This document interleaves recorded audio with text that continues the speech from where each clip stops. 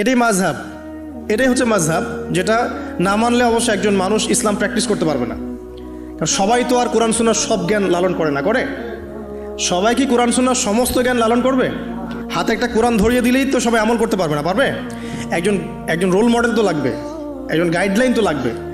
সেই আদর্শ গাইডলাইন হচ্ছে রাসূলুল্লাহ সাল্লাল্লাহু আলাইহি ওয়াসাল্লাম। তাকে দেখে আমরা শিখেছি কিভাবে কোরআন আমল করতে হয়, কিভাবে হাদিসের উপর আমল করতে হয়। এটা সাহাবীরা দেখে শিখেছেন, সাহাবীদেরকে দেখে তার পরের জেনারেশন শিখেছে, তার পরের জেনারেশন দেখে শিখেছে। এভাবে আস্তে আস্তে সিনাই জ্ঞানটা কি হয়েছে, চলে এসেছে। পরে এখন আমরা কিন্তু নবীকে দেখতে পারি না, এখন আমরা দেখি শুধু কোরআন একটা কপিস এবং হাদিসের কিছু বই। আমরা কিন্তু নবীকে দেখি নাই সাল্লাল্লাহু আলাইহি ওয়াসাল্লাম, আমরা সাহাবীদেরকেও দেখি নাই, আমরা তাবে কাউকে দেখি নাই, ইমামদেরকেও দেখি নাই। 4 ইমামকেও দেখেছেন? দেখেন নাই। এখন কোরআন এবং সুন্নাহর এই যে সিলেবাস আপনি কিভাবে ফলো করবেন? সমকালীন বরেণ্য ওলামায়ে কেরাম যারা আছে তারা যেভাবে কোরআন সুন্নাহর ব্যাখ্যা করছেন, এই ব্যাখ্যাগুলোকে আপনি আগের কিতাবের সাথে মিলিয়ে দেখবেন, যদি ঠিক থাকে এই ব্যাখ্যা গ্রহণ করুন। মানে আমরা এখন আলেম ওলামাদেরকে দেখে দিন শিখছি। যে কোনো মাসআলা জানতে হলে আপনি আলেমের কাছে আসেন না? একটা জব করছেন, যে জবের বিষয় আপনি হয়তো জানেন না, যেখানে হালাল কতটুকু হারাম কতটুকু, আপনি এসে কাকে জিজ্ঞাসা করেন? ইমাম সাহেবকে বা আলেমকে জিজ্ঞাসা করেন। তিনি কোরআন হাদিস ইস্তেহাদ করে গবেষণা করে আপনাকে একটা মত দেন। এই মতটা আপনি ফলো করেন না? এটাই মাযহাব, এটাই হচ্ছে মাযহাব, যেটা না মানলে অবশ্য একজন মানুষ ইসলাম প্র্যাকটিস করতে পারবে না।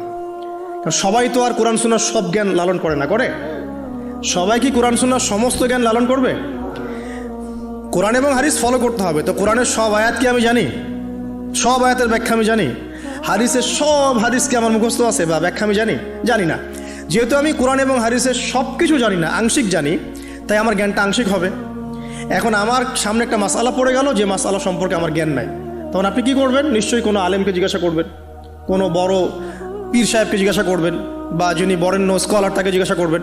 তিনি আপনাকে কোরআন সুন্নাহ গবেষণা করে একটা ইস্তেহাদ বা ফতোয়া দিবেন। এই যে আপনি তার মতটা নিলেন, এটাই মাযহাব। এটা খারাপ কিছু না, এটা পথ, মানে তার মতটা নেয়া। এটা না নিলে সাধারণ মুসলিমরা তো আর দিন পালন করতে পারবে না। সবাই তো আর বড় আলেম না, সবাই কি আলেম? যিনি বরেণ্য আলেম, যিনি কোরআন হাদিস সব পড়ে ফেলছে, তার ব্যাপার ডিফারেন্ট।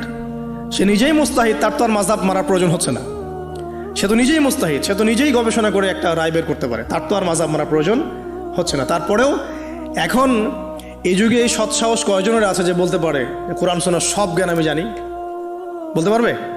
এই কারণেই বরেণ্য ওলামায়ে কেরামরাও পর্যন্ত তাদের পূর্ববর্তীদের মাযহাবটাকে কি করেন? ফলো করেন। যেটা ফলো না করলে আপনি কিন্তু ইসলামটা পরিপূর্ণরূপে বুঝতে পারবেন না, সমস্যা হয়ে যাবে। আংশিক জ্ঞান নিয়ে যদি আপনি কোরআন সুন্নাহ গবেষণা করে মাসআলা বের করতে চান, সমস্যা হয়ে যাবে, আপনি বিভ্রান্ত হয়ে যেতে পারেন, যেহেতু সব জ্ঞান আপনার নাই। যেমন কিছু মানুষ বিভ্রান্ত হয়ে গেছে, কোরআন সুন্নাহ গবেষণা করে বলছে যে হাদিস আর মানার দরকার নেই, কোরআন মানলেই হবে। হ্যাঁ, এরকম অনেক মানুষ বের হয়েছে এখন। অনেক মানুষ দেখলাম সেদিন বলছে যে কোরআন সুন্নাহ গবেষণা করে দেখেছে যে নবী সাল্লাল্লাহু আলাইহি ওয়াসাল্লাম শেষ নবী নন, আরও নবী নাকি আসতে পারে, নাউজুবিল্লাহ। তো কোরআন সুন্নাহ গবেষণা করে সে তার ওই ভাঙাচুরা বুদ্ধিতে বুঝেছে যে লা ইলাহা ইল্লাল্লাহ কালিমা একবার মুখে পড়লেই হবে, আমলের কোনো দরকার নাই। আবার এক শ্রেণী বের হচ্ছে, ওরা বলছে যে কবিরা গুনাহ যদি করে কেউ, কবিরা গুনাহ যদি কেউ করে ফেলে, সে কাফের হয়ে যাবে, তাকে হত্যা করা যাবে, নাউজুবিল্লাহ। এরকম মানুষ যে বিভ্রান্ত হচ্ছে কেন? বিকজ নিজে অধিক পাণ্ডিত্য প্রদর্শন করতে গিয়ে অন্যের মত, বড় বড় স্কলারদের আলেমদের মতকে প্রত্যাখ্যান করে নিজে যখন সব কিছু বুঝি এমন দাবি করছে, তখন বিভ্রান্ত হয়ে যাচ্ছে। এই কারণেই পূর্ববর্তী রিনাউন্ড ওলামায়ে কেরাম যারা আছেন, ইমাম ফকিহ মুস্তাহিদ যারা আছেন, তাদের রায়গুলো এত ইম্পর্টেন্ট। এই কারণে তারা গবেষণা করে উম্মাকে 100 বছর এগিয়ে দিয়েছেন। তো এখন কি আমি আবার 100 বছর পিছন থেকে শুরু করব? বোঝাচ্ছি দাঁড়ান। মেডিকেল সায়েন্স আছে না, মেডিকেল সায়েন্সের যে বইগুলো পড়ে মানুষ ডক্টর হয়, সেই বইগুলো ওই সেকশনের বিজ্ঞ পণ্ডিতরা লিখেছেন না? এখন কেউ যদি ডক্টর হতে চেয়ে বলে যে আমি এই বইগুলো পড়বো না, আমি আবার নতুন করে বই লিখে বই হয়ে পড়ে ডক্টর হবে? যদি করতেও পারে, তাও তো আর সে 100 বছর পিছায় গেল। বুঝতে পারছি না মনে হয়। কেউ ইঞ্জিনিয়ার হতে চায়, ইঞ্জিনিয়ারিং পড়তে গেলে তাকে অনেক বই পড়তে হয় না? প্রামাণ্য কিছু বই পড়তে হয়। সেই বইগুলো কে লিখেছে? বড় বড় ইঞ্জিনিয়াররাই লিখেছে এই সূত্রগুলো, তাই না?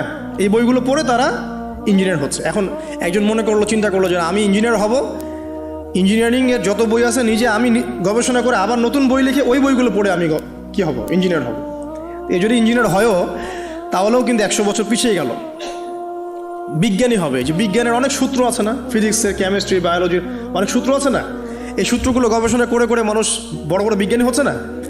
এখন কেউ যদি চিন্তা করে না আমি নতুন করে সব তত্ত্বগুলো আবার আবিষ্কার করব, করে প্রামাণ্য বই লিখবো, সেই বই পড়ে নিয়ে আমি আবার বিজ্ঞানী হব, কত বড় বোকা, চিন্তা করেছেন? তো এখন বিষয়টা হচ্ছে যারা 100 বছর এগিয়ে দিয়েছেন উম্মাকে, নতুন করে আবার 100 বছর পিছন থেকে শুরু করার কোনো মানে নাই।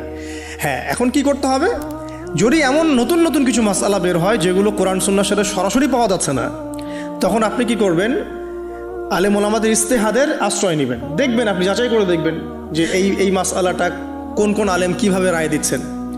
তারপর আপনার বিবেক আছে, আপনার বুদ্ধি আছে, আপনাকে আল্লাহ পাক ইলম দিয়েছেন, কোরআন সুন্নাহ গবেষণা করে আপনি একটা ফতোয়ায় আসতে পারবেন ইনশাআল্লাহ তাআলা। আল্লাহ পাক তৌফিক দান করলেন।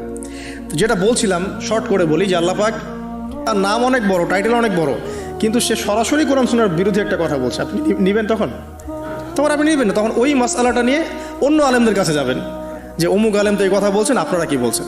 তখন আপনি যাচাই বাছাই করে একটা সিদ্ধান্তে আসতে পারবেন। এভাবে দিন পালন করলে ইনশাআল্লাহ বিভ্রান্ত হবেন না ইনশাআল্লাহ। আর একা একা বুঝে সব করতে গেলে সমস্যা আছে। আল্লাহ পাক আমাদেরকে একটু বোঝার তৌফিক দান করুন।